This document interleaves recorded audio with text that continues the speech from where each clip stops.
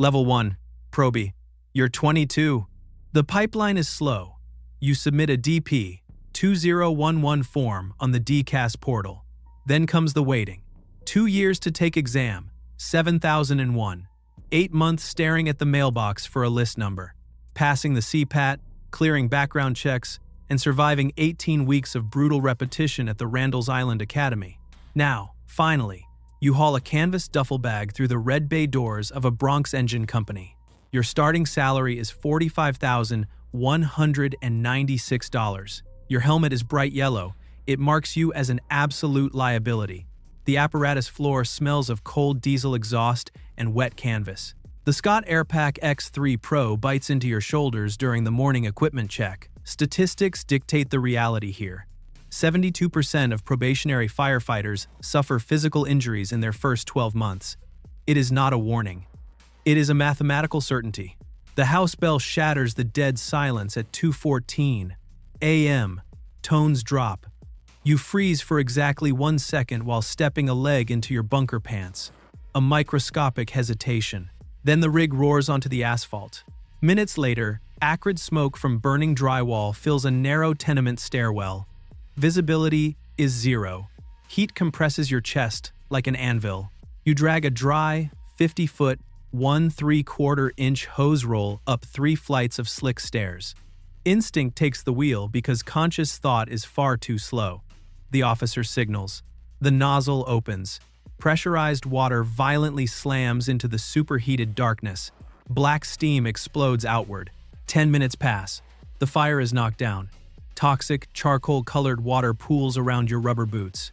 A senior firefighter kicks a charred doorframe, taps your shoulder once, and walks past. No applause from the street, no cinematic music, just the grinding task of packing wet, freezing hose back onto the rig in the biting wind. You understand something. This job does not run on courage or glory. It runs on brutal repetition and the absolute refusal to quit. Level 2. Firefighter. You're 25. Black helmet now. 3 years dragging hose in an engine company. You filed a transfer paper and waited 14 long months to ride the truck. Ladder company. Base pay sits exactly at $55,000 a year. 4 weeks of rescue tech training are done. The Morning Pride turnout gear feels permanently damp, reeking of stale sweat and oxidized ash. A 30-inch steel Halligan bar and an 8-pound flathead axe weigh heavy in your hands. This is no longer about putting water on the red stuff. It is about forced entry. Tones drop for a residential mid-rise. Dispatch reports trapped occupants. Arrival is calculated chaos. A Motorola radio barks static, clipped commands. Thick smoke pushes aggressively from the 4th floor eaves under pressure. Physics demands absolute respect here. The ceiling temperature of an enclosed burning room exceeds 1,000 degrees Fahrenheit in under 3 minutes. You ascend the iron fire escape. The heat bakes through the thick rubber soles of your boots. Churning black smoke envelops the landing. Stepping inside, the hallway is engulfed. Raising a gloved hand to your face mask, nothing is visible. Pitch black. Will this fire consume the remaining oxygen first, or will you suffocate before the room flashes over? You don't know. And a 6-foot pike pole blindly sweeps the blistering floorboards. You crawl. No bodies. No cries. The lieutenant taps your shoulder twice. Clear the room. Vent it. You step forward. You swing the flathead axe, violently shattering the 4th floor window pane. Jagged glass rains down to the street below. Gray air rushes in. You understand something. Survival in this trade is not a matter of willpower or bravery. It is simply a strict, unforgiving transaction of time, thermal physics, and breaking the right things. Level 3. Chauffeur. You're 28. 6 years of dragging hose buys you the front left seat. The path here is pure bureaucratic friction. 80 grueling hours of evoc. 120 hours manhandling a heavy steering wheel at the Ward's Island Academy. A practical exam. Then, 3 long months waiting on paper pushers for the official assignment. Base salary is exactly $85,292. Your assigned rig is a custom Seagrave Marauder 2 pumper. The cab smells of stale coffee and diesel exhaust. Your domain is the Waterous 1000 GPM pump panel. A blank Form CD, 73 vehicle accident report sits in the glove box. patiently waiting for a single human mistake. Overhead dispatch tones activate. The massive diesel block violently roars to life beneath the floorboards, pushing 45 miles per hour straight down a congested Flatbush Avenue. Dual sirens scream. An unyielding 20-ton fire engine requires at least 180 feet of clearance to achieve a full stop on dry asphalt. Physics does not negotiate. Approaching a blind, red-light intersection, you hammer the floor-mounted air horn. A civilian sedan ignores the deafening warning, sharply cutting directly across the path of the heavy steel bumper. You stand heavily on the air brake pedal. Anti-lock mechanisms shudder violently upward through your heavy boots. The massive red rig violently lurches forward. Forward momentum brutally fights mechanical friction. The oblivious sedan just clears the tight corner. Was that gap 2 feet or 2 inches? You do not know. The lieutenant seated right beside you does not even look up from his glowing mobile data terminal. He just stares at the screen. No one breathes. No one speaks. The massive diesel engine idles aggressively in the empty crosswalk. You pull the pneumatic parking brake valve. It locks into place with a sharp hiss. You understand something. The crushing burden of this job is not carrying trapped bodies out of burning buildings. It is steering 20 tons of lethal steel through a blind city that absolutely refuses to stop. Level 4. Lieutenant, you're 33. 7 years of eating smoke buys you the right to take the exam. 6 brutal months buried in operational manuals. 18 months waiting for the promotion list to finally clear. 4 weeks sweating through the first-line supervisor program, followed by a blind transfer to an unfamiliar battalion. Base salary hits $105,000. Silver oak leaves sit heavy on your collar. A white shield marks your helmet. The physical gear is identical, but the burden has fundamentally changed. A blank ICS Form 201 rests in your pocket. Statistics govern the street now. Lieutenants make the go, no-go decision in 85% of structural fires within 60 seconds of arrival. A 2-story balloon frame house is burning. Heavy fire in the basement. You send 3 men upstairs for a primary search. Thick, brown smoke forcefully pushes from the eaves. The entire structure groans under the thermal stress. Standing in the foyer, intense heat radiates upward through the wet floorboards. The second-floor wood joists are visibly sagging. They bow directly beneath your rubber boots. 3 of your men are still trapped inside that black oven. Order the retreat right now or wait 30 more seconds. 30 seconds is a lifetime in a flashover. A heavy timber sharply snaps above. The Motorola APX8000XE radio rests tight against your chest. You press the PTT button with your thumb. Urgent. All units back out. 2 minutes later, the roof completely collapses. A massive plume of gray dust violently erupts into the cold night sky. Your men walk out covered in ash. They do not say thank you. They do not look at you. They just silently swap their empty air cylinders in the street. You understand something. True leadership is never about charging headfirst into the flames. It is the cold, agonizing math of knowing exactly when to pull the plug. Level 5. Captain, you're 38. 3 mandatory years as a lieutenant bought you 8 months of brutal studying. Passing the exam meant waiting 2 full years for the list to move. 3 weeks of the captain management course, and now you own a 2-bay, red brick firehouse in the Bronx. Base pay is $125,000. Silver twin bugles pin your collar. You do not hold a nozzle anymore. You hold a pen. The cold reality of command is paperwork. A captain processes an average of 15 administrative forms in a single 24-hour shift. Form MS-46 sick leave reports, overtime sheets. The radio chatters softly in the background. The official disciplinary report sits under harsh fluorescent light. You read the typed name. It belongs to the senior firefighter who snapped during last night's 3rd alarm. A burning parapet collapsed. Bricks rained down. He violently shoved a rookie, broke protocol, and screamed orders over your head. The brass demands absolute accountability. That same typed name belongs to the man who physically dragged you out from under burning masonry 2 years ago. You remember the taste of pulverized concrete. His bare hands bled for you. The metal tip of your ballpoint pen hovers a millimeter above the dotted line. The ink does not care about blood debts. You press down. You sign your name. The scratch of the pen sounds deafening in the quiet office. He will not speak to you again. You accept this. You close the heavy leather-bound company journal and place it squarely on the desk. You understand something. Command is not about leading men into the fire. It is the crushing, solitary burden of holding them accountable when the smoke clears. Level 6. Battalion Chief. You're 43. Golden oak leaves on your collar cost a brutal exam and 2.5 years of waiting. 4 weeks of the Senior Officer Command course strips away any remaining tactical illusions. You wear a crisp white shirt now. Base salary is exactly $160,000. Your rig is no longer a heavy engine. It is a Ford Explorer Command SUV.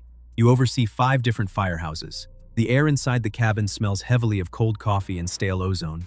A 2-alarm fire demands exact math. You must coordinate 45 personnel and 8 massive apparatus simultaneously. Dispatch tones pierce the radio static. A brick tenement roof just caved in. You step out of the Explorer into freezing rain.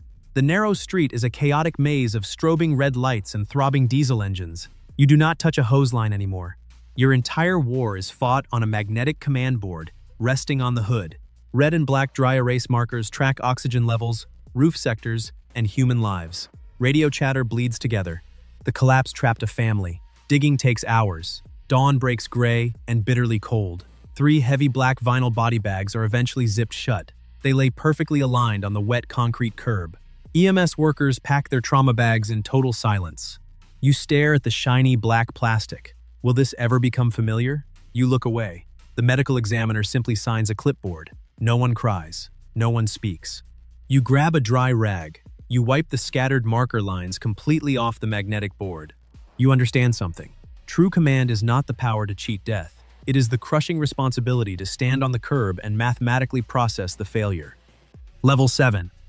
Deputy Chief. You're 47. 4 years commanding a battalion earns a direct appointment from the fire commissioner. You wear 2 gold stars now. Base salary sits at $190,000. The primary battlefield shifts from cracked asphalt to the sterile corridors of 9 Metrotech Center. The air up here smells of recycled HVAC and hot printer toner. Standard operating procedures replace physical tools. Statistics dictate survival. An 18% operational budget cut over the past decade forces the entire department to move faster with significantly less equipment. The annual budget review form glares from an LCD monitor. City Hall mandates a permanent deficit reduction by midnight. Math dictates blood. You must choose.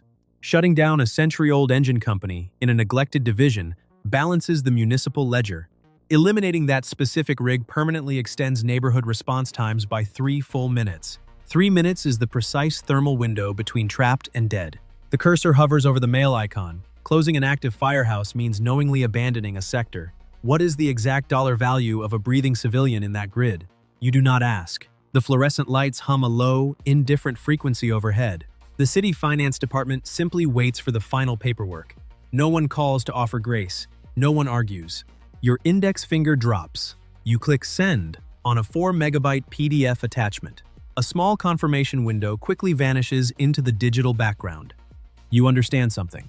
The most lethal decisions in the fire service are not made in the choking darkness of a collapsing roof. They are executed in a climate-controlled office with a single keystroke. Level 8. Assistant Chief. You're 51. 3 gold stars pin your lapel. Promotion here is not earned in the ash. It is built entirely on a flawless administrative record. You are officially transferred to the Bureau of Fire Operations. Base salary hits $215,000. Bunker gear is gone. A tailored charcoal gray suit replaces the morning pride turnouts. The physical battlefield shrinks to a windowless conference room on the 8th floor. A glowing urban heat map dominates the blank wall. A single directive from this desk directly alters the strict operational protocols of 10,951 uniformed firefighters across the city. The chaos now arrives in stacked white paper.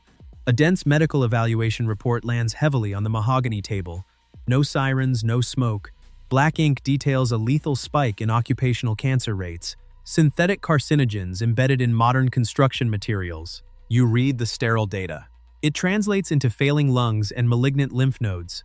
The overhead air conditioning hums relentlessly. You personally drafted the post-fire overhaul procedures 5 years ago. You mandated the mask removal timelines to conserve compressed air. Your eyes scan the rising mortality graph. How many men did those specific protocols indirectly send into toxic environments? You stop reading. The printed numbers remain absolute. The medical board representative snaps his leather briefcase shut. He does not offer any condolences. He simply walks out. The heavy door clicks shut. You pull the tight knot of your silk tie. You slide it off your neck and drape it over the back of the leather chair. You understand something. The heaviest casualties in this department are not burned alive in violent structural collapses. They are quietly condemned in climate-controlled offices. Level 9. Chief of Department. You're 54. The absolute top of the uniformed hierarchy. 4 gold stars anchor your collar. The appointment is strictly political. A 4-year term begins immediately. Base salary peaks at $240,000. The heavy Class A dress uniform replaces the charcoal suit. It smells faintly of dry cleaning fluid and cold brass polish. You stand completely still behind a solid oak podium at City Hall. Flashbulbs erupt. A dense, tangled cluster of New One and local news microphones crowd your physical space. The heat from the television lights presses heavily against your face. The math of this job completely ignores your rank. The statistics remain absolute. Out of every 100 deceased firefighters, 24 die far away from the flames. Systemic pathologies, pulmonary fibrosis, decades of cumulative toxic smoke exposure rotting them quietly from the inside out. A polished glass teleprompter scrolls silently in front of you. White text over a black screen. It hits a specific, glowing sentence. They are heroes. You freeze. A microscopic pause. How many draped mahogany caskets have you stood over to recite those exact words? The press corps stares back. Blank, expectant eyes. The cameras keep recording. You clear your throat. You deliver the scripted line in a flat, practiced cadence. No one notices the hesitation. The mayor nods once. The live broadcast feed cuts to commercial. You grab the printed A4 backup speech off the wood. You fold the crisp paper tightly into quarters and slide it into your breast pocket. You understand something. The highest pinnacle of this career is not leading men into battle. It is serving as the well-dressed undertaker for the ones who followed your past orders. Level 10. The legacy retired. You're 58. The machine simply moves on. You submitted Form 13R to the pension board and waited 90 quiet days. A brief walkout ceremony at the firehouse. Applause faded before you reached your truck. The first pension check finally clears the bank. Exactly $120,000 a year. No more heavy canvas turnouts. No more compressed air. The physical artifacts remain scattered. A hard plastic FDNY retiree ID card sits on the nightstand next to a scorched leather helmet shield. A daily 20-milligram lisinopril pill regulates a failing cardiovascular system. The brutal math catches up to everyone eventually. A retired American firefighter dies 7 full years earlier than a standard civilian worker. Lungs heavily calcified by decades of inhaling toxic structural smoke. Hearts permanently swollen from repetitive nocturnal adrenaline dumps. Midnight. A sudden wail pierces the quiet living room.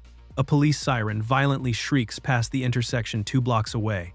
The Doppler effect bends the high pitch. Muscle memory instantly takes over before conscious thought registers the current year.